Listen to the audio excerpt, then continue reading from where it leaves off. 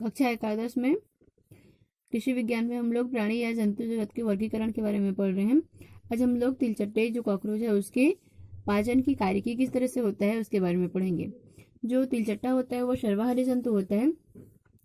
वह किसी प्रकार के जंतु, वनस्पति ऐसे पदार्थ जैसे लकड़ी, कपड़ा, चमड़ा, कागज, बाल, लेई, सरेस, यहाँ तक कि जो अपने द्वारा जो त्यागा गया वो क्यूटिकल होता है उसको भी वह भोजन के रूप में ग्रहण कर लेता है। दूसरा है भोजन का अंतर्ग्रहण। यह जो काकरोच होता है वह सामान्यतः रात के समय ही अपने भोजन की खोज के लिए बाहर निकलता है और इसमें ऊपर से जो एंटीना होता है उस एंटीनी के द्वारा जो है वो एंटीनी जो होता है उसके द्वारा भोजन का खोज किया जाता है। और जो आगे वाली जो टांग होती है, अग्र टांग, और लेब्रम और लेबियम के द्वारा उसको पकड़ लिया जाता है। उसके पश्चात जो मैंडिबल्स होता है वह जो है उस भोज्य पदार्थ को छोटे छोटे कणों में पीस देता है। उसके बाद जो है वह मुख गुहा में पिसे हुए उसमें जो वह जब पीस जाता है तो उसमें लार की क्रिया जो है वो शुरू हो जाती है। तीसरे नंबर पर होता है पाचन। जब मुख गुहा से जो भोजन है वह जब लार में पहुंचता है तो उसमें उपस्थित जो श्लेष्मा पदार्थ होते हैं वो भोजन को जो है वो क्या कर देते हैं, चिकना बना देते हैं। इसका जो जाइमेज एंजाइम होता है वह भोजन की जो स्टार्च होता है, वह जो भोजन में उपस्थित जो स्टार्च होता है उसका जल अपघटन करता है और जल अपघटन करके उसको किसमें परिवर्तित करता है, शर्करा में परिवर्तित कर देता है। यह जो चिकना भोजन होता है वह फेरिंग से होते हुए कहाँ पहुंचेगा, सबसे पहले वह क्रॉप में पहुंचेगा। क्रॉप में जो मध्यांतर होता है, जो मध्यांतर होता है उसके बाद वह क्रॉप में पहुंचेगा। क्रॉप से होते हुए वह गिजार्ड में प्रवेश करने के पश्चात वहां उपस्थित जो वर्तुल पेशिकाएं होती हैं वह उसमें उपस्थित जो दंतिकाएं होती है उसको फिर से पीस लेती है। उसमें उपस्थित जो पल्लवीलाई जो पल्लवीलाई जो रोम होती है उसको जो है वो छानने का काम करती है, अर्थात जो अति सूक्ष्म कण होते हैं वो उसको ही आगे जाने देती है और जो कुछ बड़े कण होते हैं उनको वे छानकर रोक लेती हैं।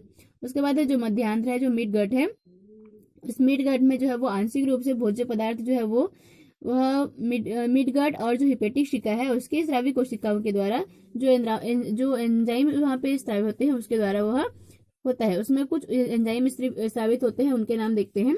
पहला ट्रिप्सिन। यह जो ट्रिप्सिन होता है वो प्रोटीन को जो है वो प्रोटियोजेज, पेंटोज और पेप्टिडाइड्स में बदलता है। जो प्रोटीन है उसको प्रोटियोजेज, पेंटोज और पेप्टिडाइड्स में बदलता है, पेप्टाइड में बदलता है। उसके बाद जो है वो पेप्टिडेज। यह जो पेप्टिडेज है वह पेप्टाइड्स को जो है वो अमीनो एसिड में बदलता है। एमाइलेज जो है वो स्टार्च को शर्करा में उसका जल अपघटन करके बदलता है। और जो लाइपेज एंजाइम है वह वसाओं को वशीय अम्ल और ग्लिसरॉल में बदलने का कार्य करता है। उसके बाद है यहाँ पर जो है वो जो मिड गट से वह क्रॉप में पहुंचकर उसका जो है वो पूर्ण रूप से पाचन हो जाता है। उसके बाद है पचे हुए भोजन का अवशोषण और उसका स्वांगीकरण किया जाता है। मिड गट और जो हिपेटिक शिका है उस हिपेटिक शिका में जो पचे हुए जो भोजन है उसको अवशोषित कर लिया जाता है और उसको जो वसा ग्रंथियां हैं उसमें संग्रहित कर दिया जाता है। उसके बाद साथ जो है वो क्रॉप में जो अवशोषित जो ऊष्मा है उसको जो है वो वसा ग्रंथियों का जो वसा ग्रंथि है वहां पर जो उसको संग्रहित किया गया है वह ग्लाइकोजन और प्रोटीन के रूप में किया जाता है।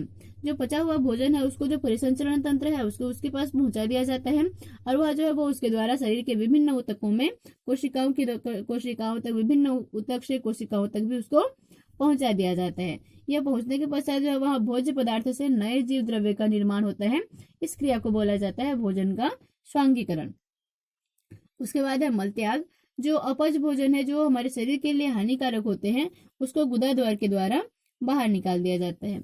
उसके बाद है श्वसन तंत्र। इस श्वसन तंत्र के बारे में हम लोग अगले क्लास में पढ़ेंगे।